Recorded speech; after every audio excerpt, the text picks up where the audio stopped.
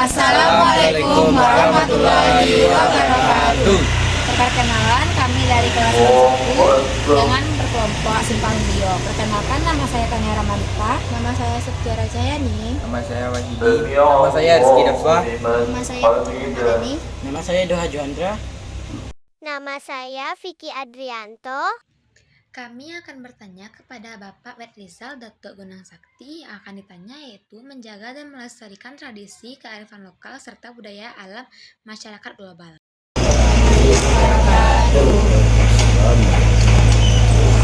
Kami kelompok Simpang Bio menanyakan kepada siswa tentang kearifan lokal yang ada di sekitar kita. Apa yang Bapak tahu tentang kearifan lokal di daerah kita ini? Mengapa hal tersebut penting dilaksanakan? Itu yang pertanyaan pertama, ya kan? Kearifan lokal di Siparingbio sebenarnya. Siparingbio itu kan di Solo, berarti kan di Solo, ya. Siparingbio daerahnya ketek, karena Siparingbio itu sama penangkaran itu cie kearifannya sama, ya kan? Jadi kearifan lokal itu sebenarnya intinya kebijaksanaan yang lahir dari pengalaman hidup, bijaksana yang lahir dari pengalaman hidup yang masyarakat setempat gitu. Contohnya orang itu bermusyawarah misalnya, kan lah turun temurun tuh kearifan lokalnya, gotong royong itu yang kearifan lokalnya. Tidak satu daerah itu bukan hanya Siparingbio itu atau Parimunda gitu. Kalau kita di Sumatera Barat, kalau di Solo itu Solo gitu. Yang kearifan lokal. Nah, Kearifan lokal apa saja yang masih dijalankan oleh masyarakat kita saat ini di daerah kita ini? gotong royong itu kearifan lokal tuh. Gotong royong itu sudah itu ada istiadat, tata cara beradat, istiadat. Ya, contohnya ada cara kami kaji, gitu kan? Nah, ada yang berkira kan masih ada. Dan ngaji itu kena ngaji itu, ya kan? Akan perantau itu kearifan lokal tuh. Itu salah satunya itu gotong royong, kemudian ada musyawarah, ada cari mufakat, itu salah satunya. Nah, Dapatkah Bapak menjelaskan tradisi atau adat istiadat yang menjadi ciri khas masyarakat di daerah kita?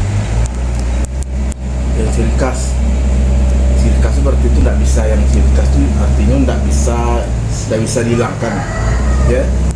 Betul itu tadi, kalau acara khatam Quran itu tidak bisa dihilangkan, itu salah satunya gitu. Kemudian pasti ngaji, kemudian ada khatam Quran, itu salah satunya. Kemudian acara adatnya arak bako misalnya, kenal itu bakoan, ya kan? Jadi arak bako minimal.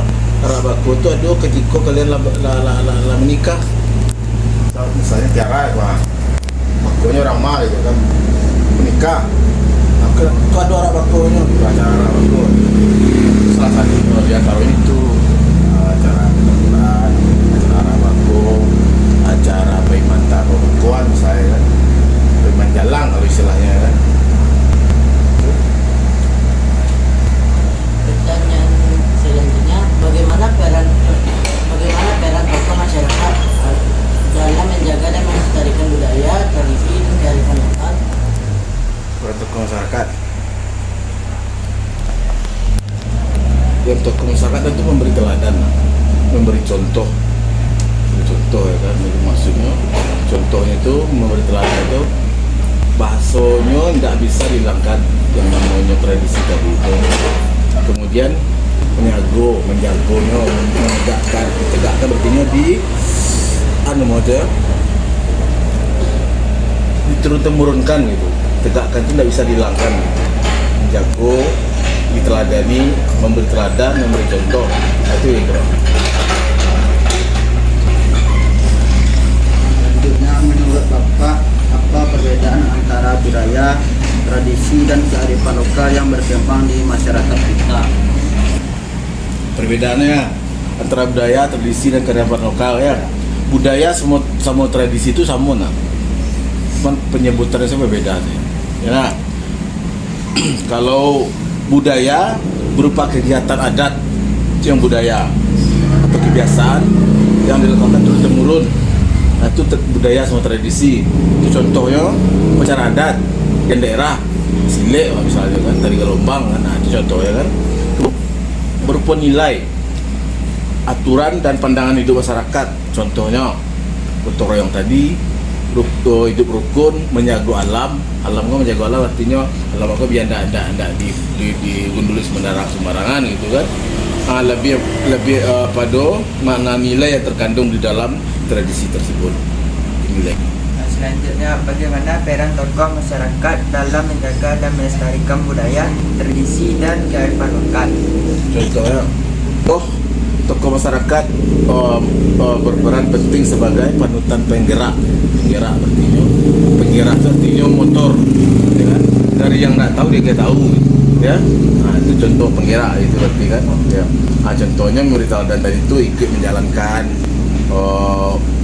dan menghormati tradisi adat, membimbing generasi muda. Nah, itu intiwana kan. Dia bisa memahami gitu kan. Dia menjaga, mendekatkan adat sesuai aturan yang berlaku gitu. Mengerjakan nilai moral dan sosial seperti gotong royong. Ini kerjasama gitu. Ini kerjasama dia ucapkan. Itu saya. Apakah ada perubahan dalam pelaksanaan tradisi dari masa lalu hingga sekarang? Jika ada, apa penyebabnya? Perubahan itu tetap ada, nah. Minimal perubahan itu antara lain cara pelaksanaannya. Kalau dulu mungkin panjang, ini pendek durasinya gitu. Dibuat simpel gitu kan. Kemudian waktu pelaksanaannya. Kalau dulu mungkin orang tuh harus harinya Riko gitu, hari Jumat gitu. Nah, ini enggak, harus siang, harus malam. Kini bisa disesuaikan dengan kondisi. Perubahannya itu sebenarnya. Itu yang aneh-aneh dong. Kemudian perubahan teknologi, ya. Karena kini rancak teknologi kan seperti undangan digital, gini. Nah, dulu kan ada, dulu orang berjalan orang didatangi gitu. Nah, itu perubahan itu gitu. Kemudian peserta yang berkurang, dulu kan harus sekian misalnya. Arah-arah bakoko harus 200 misalnya, ini bisa simpel, bisa satu, mungkin ada. Perubahan cuma itu, cara pelaksanaannya ya. Nah, Mana sikap generasi muda terhadap kearifan lokal, tradisi dan budaya di daerah kita? sikap generasi muda harus bangga, bersikap bangga, peduli dan aktif agar kearifan lokal budaya tetap terjaga. Gitu kan. Nah, contohnya menghargai dan menghormati tradisi yang ada, mempelajari dan memahami makna di balik budaya dan tradisi tadi. Yang paling penting itu ikut berpartisipasi, tidak vakum gitu. Nah, melestarikan budaya. Nah,